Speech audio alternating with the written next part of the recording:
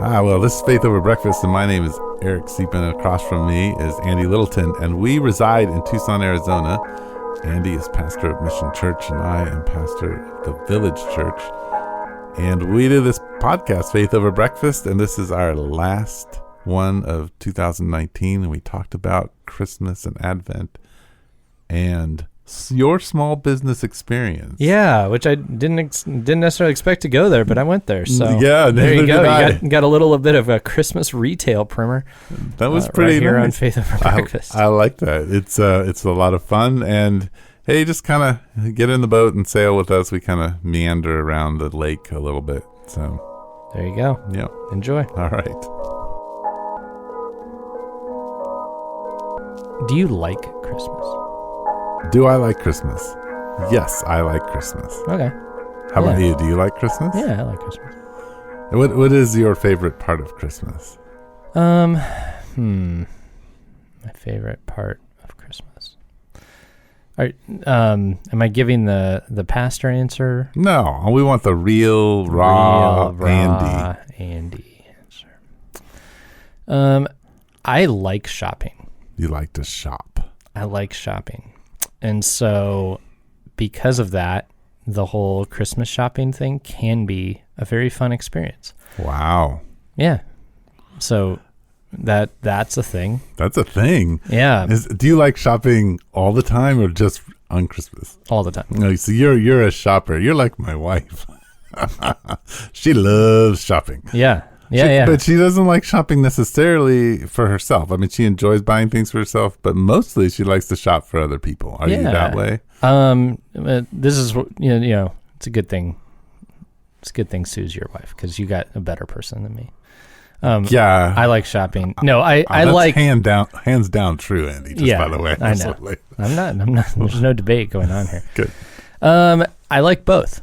I do like to find things that I think are cool, but I also, when I find something, I don't like to go out. Here's what I don't like. I don't like to go out and just go shopping for just somebody where it's like you need to go buy a gift for them and you don't know what it is and you just have to go to stores and find something. That I don't like. I like to go to a store and stumble on something that I think somebody would really enjoy. That's fun. And it happens every once in a while. Cool. So what's not to get overly into the shopping thing, but how does shopping and Christmas structure work in your family? This year it's gone all different. I think my wife's got these bags sitting out in the bedroom on the floor that we are not allowed to look at. Oh my goodness. This has never happened before. She's got some plans. She's planned and she's like, they're labeled with names on them. It's like, and normally these things are hidden, but not this year. Time. It's like, they're right there. Just don't look. She's got a camera. They're monitored somehow. It's a social experiment. Yeah. And so that's how it's working for her. We did, at the church, we encouraged people to go out on on the Broadway corridor and do some Christmas shopping, because that area is about to experience some real economic trial, because the Broadway construction project is about to happen. Oh, wow. So as a small business owner, I'm just aware of how scary that is and how nice it'd be to have a big Christmas leading up to it. So we encourage people to do that. So I went and I did buy some things at those places that I found that I thought, oh, this could be a cool gift. And part of my motive was to buy it from those places specifically. So that was actually fun. I really liked that. I've done a little online. I don't love online, but it's like I'm just kind of realizing like I either am going to get this online or I'm not going to get anything. You're not going to get it. Yeah, I hear you. So there's that. And I honestly have spent most of my time selling last week and will again this week. Selling things for Well, because I have a retail store, right? And it was Black Friday, and it was Small Business Saturday, and it was. Were people buying stuff on Black Friday? Did you have Black Friday specials? little local shops don't normally do that because you'd kill yourself because your margin is because it's not you don't have a volume thing going. No, you don't. And so we had a small percentage that I don't think anybody really, batted an eye at. We still had, I think we had people who came and shopped our store in the area as an alternative to Black. They wanted to go shopping, but they didn't want to do that. And so we didn't have like crowds of people because nobody was throwing specials like that over at the Mercado. But we did some decent sales. Small Business Saturday was bigger. Actually, Sunday afternoon was actually not bad. So that's good. Yeah, and then we've got holiday markets this weekend. We're doing 2 on Saturday. Okay. And our store is going to be open simultaneously. And what would be really nice would be if people would get custom furniture built in the month of December. Last December and this December, our shop slowed down. Probably, I'm thinking, because people, they want something made, but this is a time of year they spend on other things. So at least for us in the custom world, residential custom projects kind of dip. Take a pause. Sure, that would make sense. So if you were thinking about getting that custom dining table made for your wife, we over at Midtown Artisans would love to do it right now. Right now, not next month. Right now. And can we give them a Faith Over Breakfast discount? Yeah. All right, absolutely. Mention Faith Over Breakfast, and you'll get a mysterious discount. Yeah. To be announced the time you make your order. Yeah. So this is new for me though, because we've done one Christmas in retail as far as like being in business, right? And so this is my second, and by far feels the most. Well, I mean, we did holiday markets and stuff like that before, and they were always a big boost for us. But this is new, feeling like retail is kind of getting more established, and we put a little more thought into it this year, and so I'm living both sides of the shopping experience. Wow, yeah, you are. That's we just got a window into like the small business world. I didn't know that was a window. That was a little window. Yeah. Anything else you want to know? Well, I mean, you don't sit around and talk to somebody who runs a business that's on the smaller end or on the bigger end. It's just business people don't necessarily talk about what's happening. Right. But I know Christmas for all self-employed people and small business people is really hard. Yeah, it has its ups and especially downs. If you're not, you're not selling volume. So like if you're a handyman or somebody with a business like yours where people are going to spend that kind of money during the year, but not on Christmas. They're going to go spend it at some other time. Yeah. And then for some reason, you're at your end, or you're trying to do some kind of Christmas plans or to do something vacation-wise with your family, all of a sudden the revenue stream dips. Right. Well, we had a discussion at our church when we were going to announce this thing about going out and supporting the other small businesses, where there was a little bit of a concern that that talking about, telling people at church to like go shop at certain businesses, or which it wasn't a demand, it was an idea, right? But that was somehow like a weird thing to do. And from my perspective these days, in being in retail, I was like, this is just a really practical way to love your neighbor. Like if people, I could just tell you this right now. If 10 people had walked into our store from the village and said, hey, our church is intentionally shopping at local stores because we know what it's, how important this is to your livelihood and to the end of the year for you. That would just, I would really be taken aback by that. That would mean a ton, where I would think you are really thinking through what it means to use like this action of Christmas shopping in your life and give it a layer of depth and loving your neighbor, like that kind of thing. So I wanted to offer that to other people, but realizing like people who aren't in retail, like, or haven't been, Sure. You just don't, why would you think of that? So it's a unique perspective I now have. But I really enjoyed going around to those little local businesses and just imagining, what they need right now, what they're hoping for from this Christmas season, and how they're hoping it's going to carry them through January because people slow their shopping down and all that stuff. Yeah. So did you tell them that you were shopping there in particular because your community is trying to support local business? Sort of. I mean, we didn't walk in the door and go, "Hey, it's us from Mission Church, here to bless you." Because I couldn't guarantee that anybody was going to buy anything. I didn't, there were just a couple groups going around. That's pretty cool. But at the same time, it's hard to say because two of the people in the group were on the business association. And so I kind of know these people in these businesses anyway. Right. So I didn't necessarily need to announce who we were. I'm just curious. Yeah. Curious, what would that look like? So shopping and kind of connecting to, so actually it sounds like the shopping part is the fun part. It sounds like as a small business owner, there's a little bit of a stress level. Oh, sure. And just feeling the crunch because you're wanting to give gifts and be kind and to your family and enjoy them and not to mention, which we haven't brought up yet, but I want the season to be, for there to be some thoughts about Jesus. Right. You want some Jesus thoughts, but just the stresses of your own. The realities of the industry that we are in are an interesting factor. Yeah. Mm-hmm. Definitely.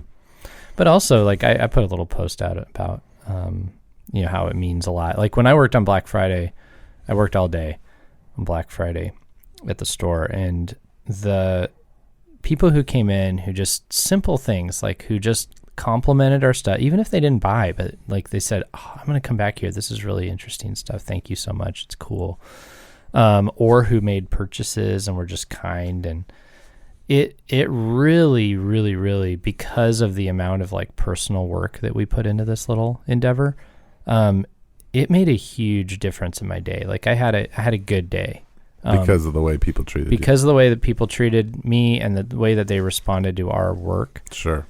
And so, I don't know, for whatever reason, I feel the need to share with people that think about the Christ integration in everything, including shopping.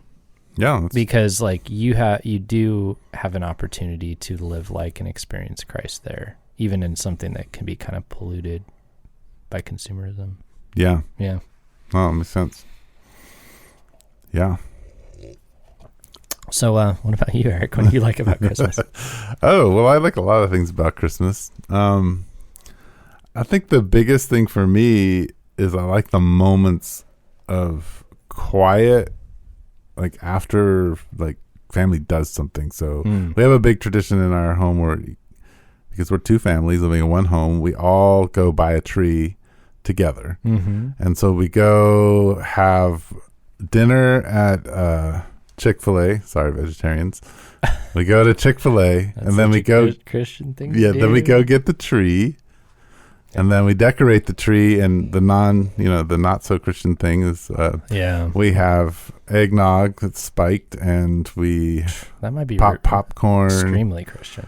Yeah, and we decorate the tree. And then then there are the lights and everything, and the fire's going, mm-hmm. and this is a time where I'll dance with my daughter because we have Christmas music playing, and we'll dance, and we just do a lot of fun family things. And then everybody sits, and we turn out the lights and the fire and the Christmas tree, and we just sit there. Yeah. So it's like 8 people sitting in a room looking at a Christmas tree, quiet. Yeah. After having done all this stuff together, it's just a beautiful family experience. I like the family parts, and I know not everybody gets that, but for me, that's a big deal.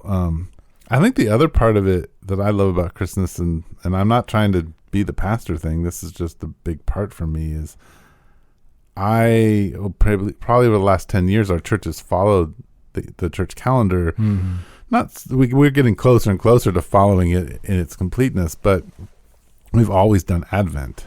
And the more and more I preach on Advent and talk about it, and just the understanding of preparing myself to celebrate the birth of Jesus was not something I grew up with. Yeah, me either. And I think it's really cool because, and then linking it to the waiting for the return of Jesus. Like those two, the arrival and the return, are really powerful. The idea of slowing down, of reflecting, of preparing myself, even beginning to be able to enjoy the giving of gifts as a part of a celebration of what Christ has done versus being part of the consumerist process. And that really can, it can be done differently. Yeah. Yeah. And then some of it's just a mindset of understanding, what I'm doing and why I'm doing it. So, and that it's a big celebration. Like what happened, 2,000 years ago it just revolutionized everything. Yeah. And you can't minimize that. It is the most important baby ever to be born in world history, even if you don't think that baby was God. Yeah. Yeah. I think, it's been an interesting experience for me this year and the last couple of years, kind of having these competing things going on in my life. Like here I am, a pastor who's, this year we're doing a Christmas service, but we kind of laid out the year. We didn't take the whole month of December and do like a. So you're doing a service on the 25th? No, sorry. Or just the closest Sunday to Christmas is specific to Christmas. But gotcha. Just curious. But we're thinking about this at church and decorating and we're even though this isn't like this week isn't an explicitly Advent week in the way that we scheduled things this year, like I'm thinking about the incarnation. I'm finding ways to tie it into what we're talking about as a culture, and it's Christmas time and people just tend to think about these things. But I was just thinking about when I was prepping this sermon yesterday. Honestly, didn't have a great day yesterday, but I'm thinking about this because we're in 1 John, and it's this section where it talks about Jesus coming by the water and the blood, and it kind of an enigmatic statement, and thinking about what that means about this baby that was born, who would be baptized, who would be crucified, whatever you want to, say the water and the blood means. It could be his baptism and his crucifixion. It could be his physical birth. It could be him being pierced and water and blood flowing from his side. But all of those things are speaking to a real, actual human being who came, lived among us, and then was crucified in this gruesome way that we end up learning is for us. That's something that we deserve, and who then raises from the dead and offers us hope. And I don't know, every once in a while it just strikes me how I go, this is crazy. Like this is, and by crazy I don't mean insane. I mean like this is a very hard thing to believe. But if it happened, this is really, really, really important. And it's interesting how people can't quite shake that story, and there's something about it. And it always comes back up at Christmas time. Yeah, it does. Yeah. I mean, I think the thing for me about Christmas is it is a reminder,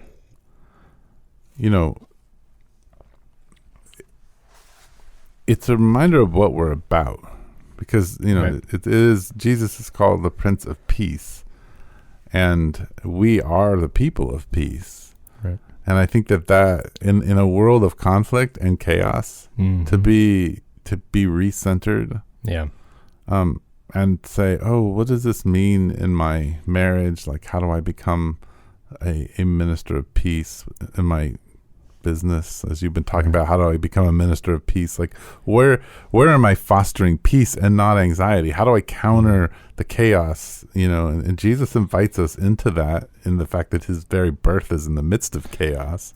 Yeah, well, it was. I don't know that it it definitely didn't fix the chaos. No, it did it? Yeah, did. Yes, but I'm saying it didn't get rid of the experience of chaos at the time, right? It almost added to it. It did in some ways, though. I think, yes, I mean, in his death and resurrection and ascension, the whole narrative we find ourselves a spot to moor ourselves, like an anchor, as a whole world. Whereas, maybe Israel had this they were God was trying to give them a place to anchor themselves, but they couldn't. Yeah. Jesus came and anchored himself as, to us. And that is a powerful and important thing for Christmas, is that this is Jesus anchoring himself to us. Yeah. Where his invitation in the Old Testament was for them to anchor themselves to him, to God in many ways, and they couldn't do it. Yeah. We couldn't. And that is in some ways Jesus became Israel because Israel couldn't do it. Mm-hmm. He walked that life that we couldn't walk, and in his humanness. So anyway, it's just like, it's a powerful moment to continue. Oh, how anchored am I in? How tight are my ropes to my salvation, to Jesus? Yeah. So I enjoy that. And I enjoy the fact that, it's funny. I mean, Advent, Lent, almost every church calendar thing, everything's about feasts, fasting and feasting. And so there is this, I think people forget, like, Christianity is about eating and having fun. Yeah. And that's part of Christmas. It's like, it's a celebration. This is not, it's not a mournful, sad thing. It's an exciting, you do want to give gifts. You want to eat good food. You want to laugh with your friends. You want to taste life in its fullness and enjoy what Jesus has given. So we both we grew up in the church, and there's been a lot of back and forth on what do you do with Christmas. I mean, it was recently my wife brought home a Christmas movie that ended up, and she didn't know much about, like, Kirk Cameron. Have you seen his Christmas movie? No, I have not. Yeah, I don't. You don't recommend it, or do you recommend I really would for you. For you. It's terrible. This is one of your church movies? No. Could it be the sequel to Left Behind that you showed your whole church? Maybe. I thought it was honestly hard to even make it through. Oh, wow. And I'm not like that anti-Kirk Cameron. It was just weird. It was a weird defense of the kind of like Western way of doing Christmas. Okay. It just didn't seem necessary. Okay. Anyway, but that was, and we both were watching. We're like, what is this? Why was this made? But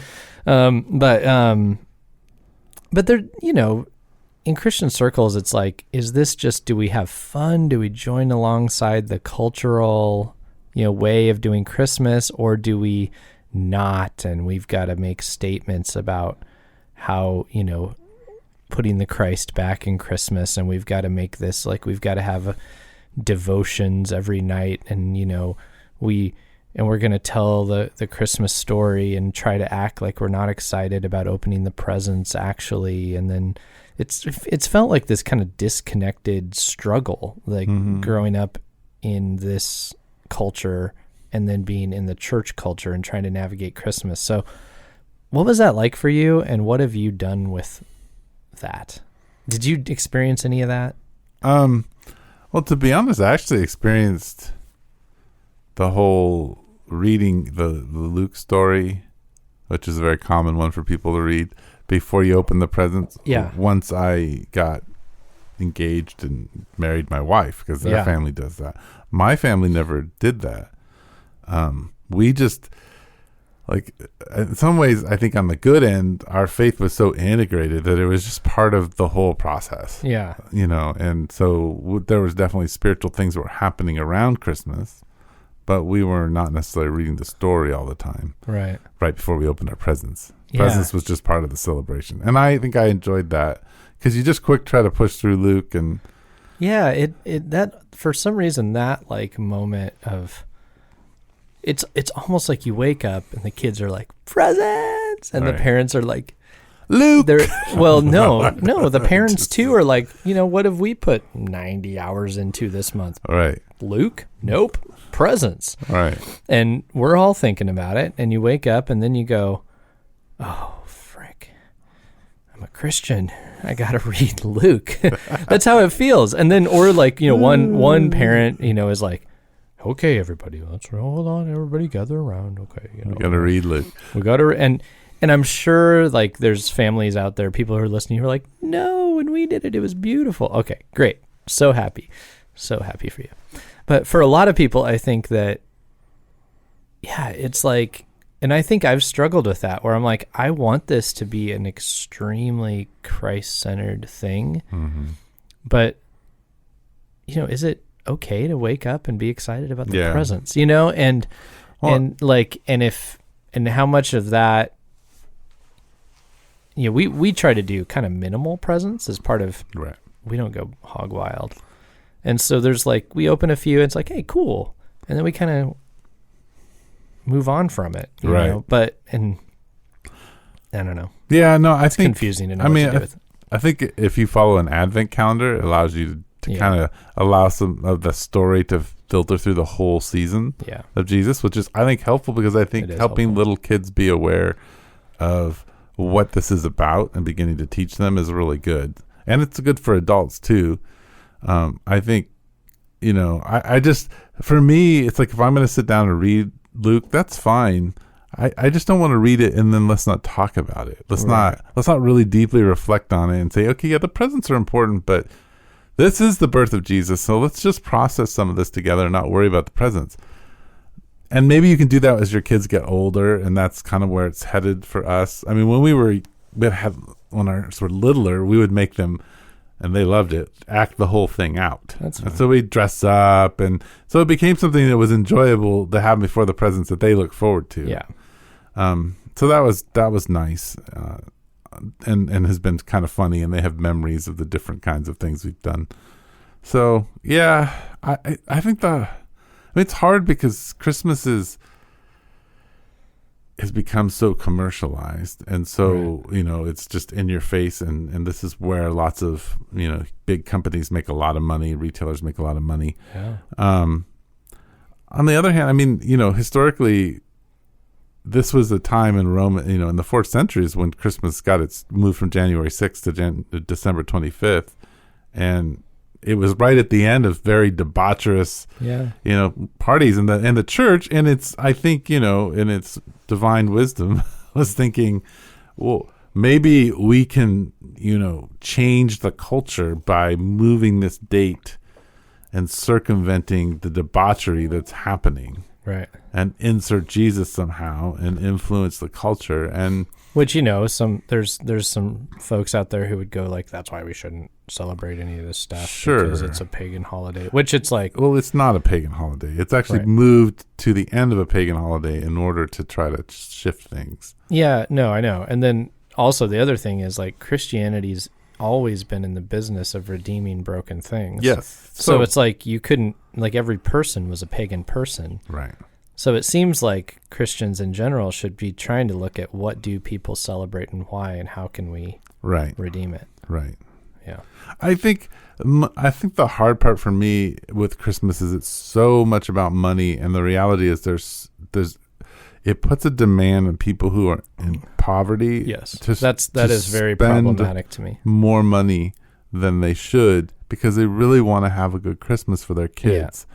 And it also puts people who are poor and can't do that in this place where it's really rough because the culture you exist in is celebrating and you can't. Yep.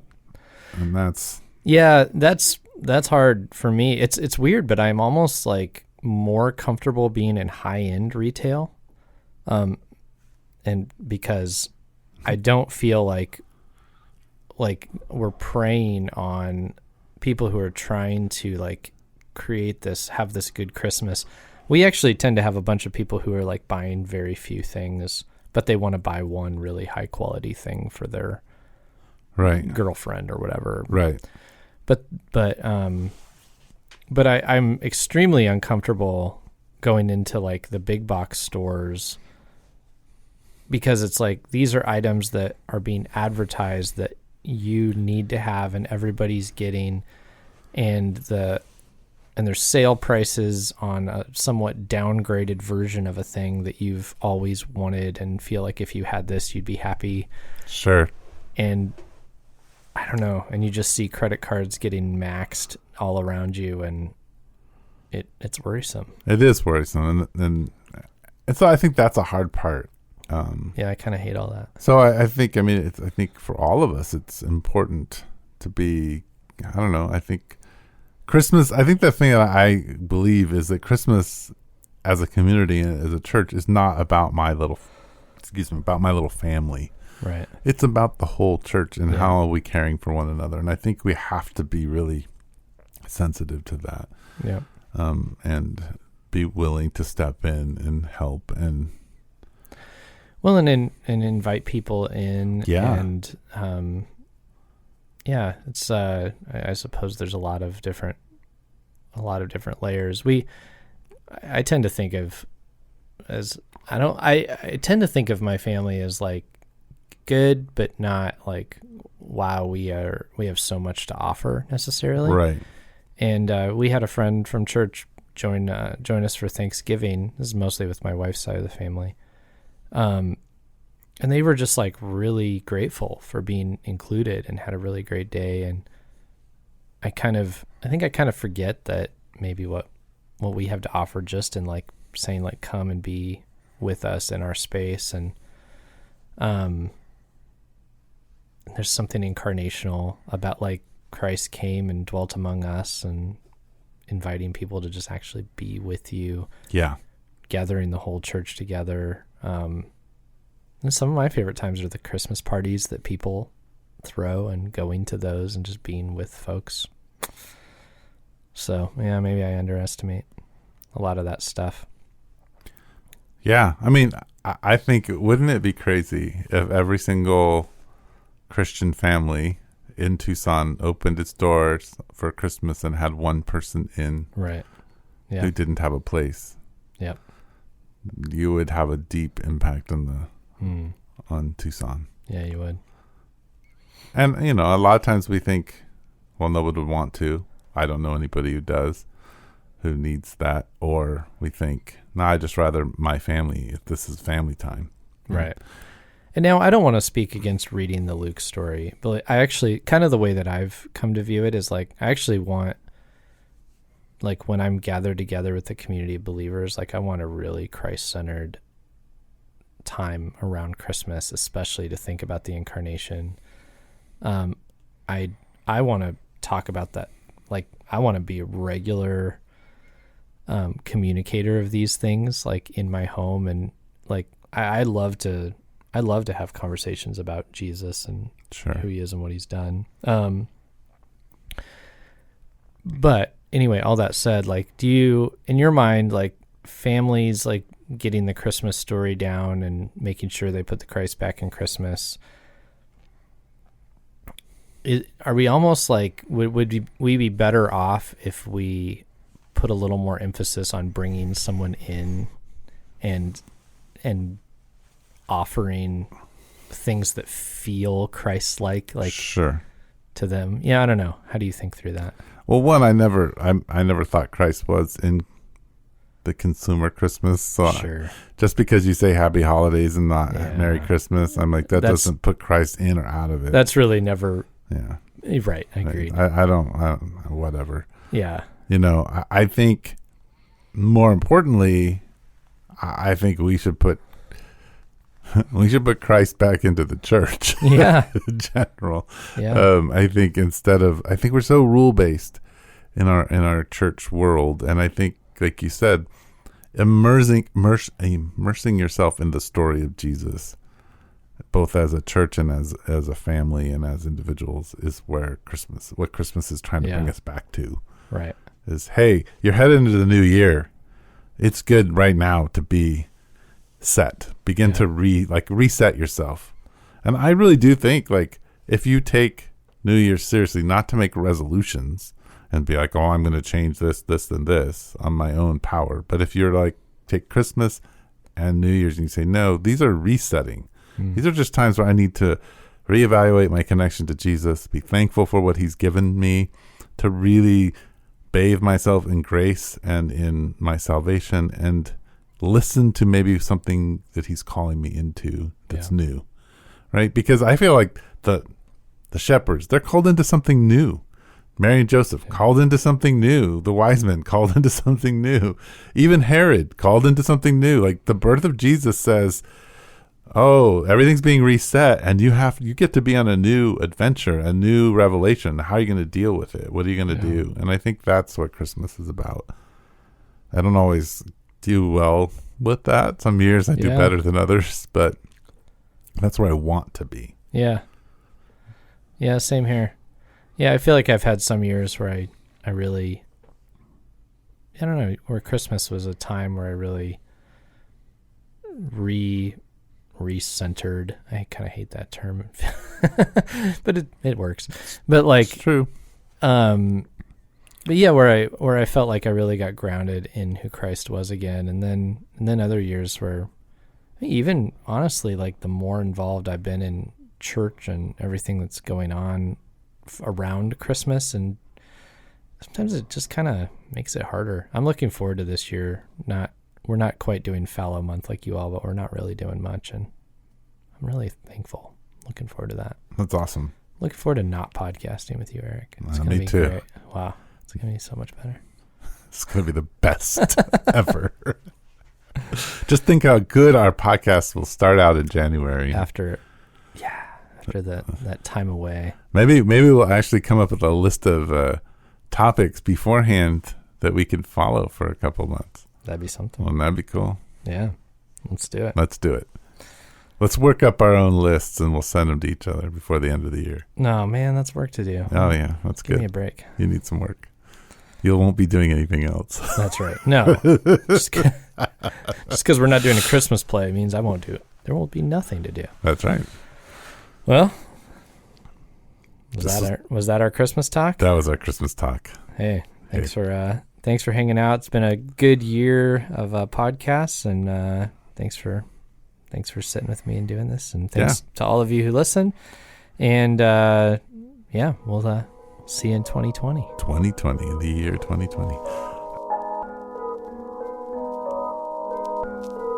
You've been listening to Faith Over Breakfast with Andy Littleton and Eric Siepen. Please like us on Facebook, Twitter, and Instagram.